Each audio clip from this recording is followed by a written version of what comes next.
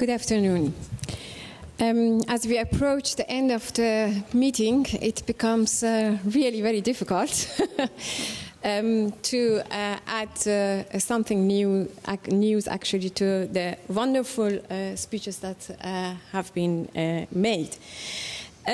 First of all, thank you very much, Mahnaz, for organizing of this day, and thank you very much also for inviting me. So I was thinking, what could I add actually to everything what is said till now? And I have made 4 observations, and that's actually today. On the basis of today, I made 4 observations. But of course, what I am going to say is because of everything what I have experienced and what I have done and what I do. So, as you know, Oxfam Novib is an organization which I would say sells change. That's actually our product, if you want, in the market terminology, because that's modern, so let me use it. But what is this? What is the question that we actually ask ourselves and wonder day by day? The important question is how change happens. And I think this is also listening to today's discussions and debates, the heart of the debate. So the first thing, and that's my first observation also today, is of course, what is your vision towards what should the change happen? What do you want? What is actually your aim? And we have had wonderful discussions around universality and human rights. For us, is that also the point of departure? That's where we don't compromise on it. Human rights, rights-based approach to actually towards everything what we do in the whole development issues that we deal with it. The last, I mean, I take this position as executive director of Oxfam Novib 3 years ago.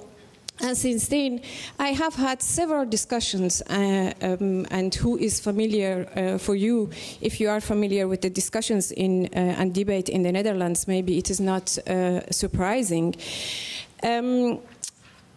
A lot of discussions about what are we doing in Muslim majority countries, in Arab countries, supporting human rights organizations, supporting women rights organizations.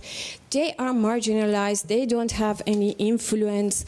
Actually, there are Islamic organizations, they define the discourse, they are the main actors of change and what is happening. And I kept answering no. Our actually point of departure is human rights, that remains, and we think if you want to achieve actually the vision that you have, then you have to support those organizations. You can't bring the change from outside. Change has to happen from inside, but you can be, as an organization like Oxfam Novib, a kind of catalyst for those groups and those organizations. And it is wonderful to see in a country like Egypt, where we have been supporting many of these organizations, that those organizations were very, very key in everything what happened in January and February in Egypt. And that showed that we shouldn't give up on what we believe in it, and we shouldn't think that human rights notion or the notion of rights, this is something exclusive to Western societies, or something should be, adjust to other cultures or societies. So that's the first observation. The second one, revolutions. So, and that's maybe again something coming from not only what we do, not on the basis of my experiences from the work of Oxfam Novib, but also as someone who has been part of Iranian Revolution. I was 18, 19 during the revolution 1979 in Iran. So I would say, I don't know where Karima is sitting, but I was one of, if you look at this kind of images and pictures, one of the youngsters and, shouting and asking for freedom and social justice. That movement was also mainly not organized, that's not true, but mainly moved by youth of Iran at that time. And it's always inspiring. It's always inspiring to see when actually the mass movement is created and the people are on the streets. That's really very nice because it actually triggers our imagination. We imagine that we are maybe there and we imagine our own society that we want and think that's also the same what they want. And that's at this moment, I would say, in Tunisia and in Egypt and other places, actually the very, very crucial moment to try to remain in contact, stay in contact, and support really the progressive groups and women rights organizations and human rights organizations, so that the change, that momentum, that actually also is directed towards a society that really rights-based is. Otherwise, I mean, just the moment itself is not enough. Just appraising is not enough. It is actually now very crucial to see where those societies are heading to. So that means we should actually, in our inspiration, maybe especially because we are from outside at this moment, be or show more wisdom, if you want, because the moment can actually take us and not think about what is going to happen the next. So, and why I'm saying that is because I think listening to what was said about that maybe in the whole discussion, nobody, that was said, that's about Egyptian, that's not about women's rights. That's exactly the discussion and debate that we had at that time in Iran. That's now about the revolution, it's about all of us, and we don't talk about the women's rights.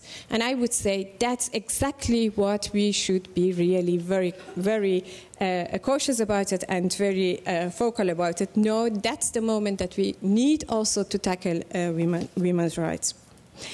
The third one, and I have 2 minutes, so 1 minute for the next 2 points. The high expectations towards UN women. Again, when we published a survey showing what in a survey with about 100 NGOs from 75 countries, and the question was, what do you think that the priorities of UN women should be? And very, it shouldn't be a surprise to you, violence against women, that was the most important theme, but also rural women, they should be actually the target of the work of women, UN women, and also the way of working, not being a close United Nations organization which is not approachable, which is not accessible, but really it should be accessible, it should be open, it should actually be in cooperation with the civil society organizations. And the expectations are very high.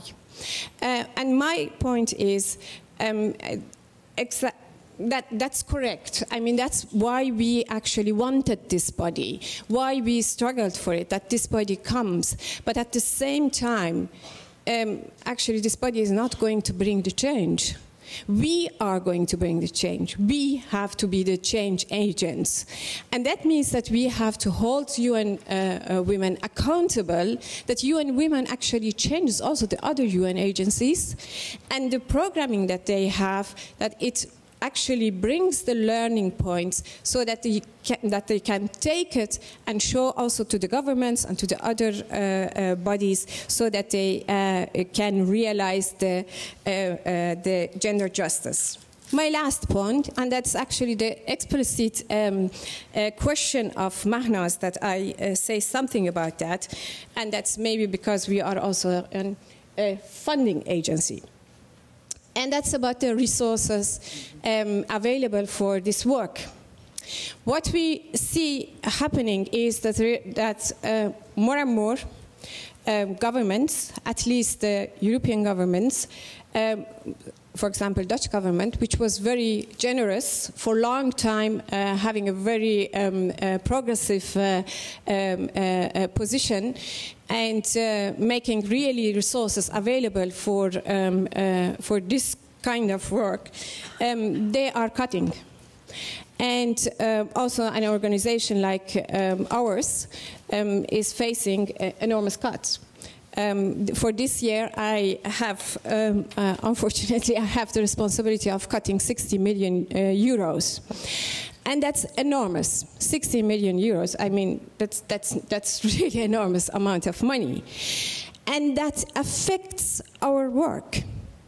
I mean, the money never has been spent. Actually, a really very, very small part of it was spent to the organization and organizational costs. And the most of money goes to the financing of programs and our partners.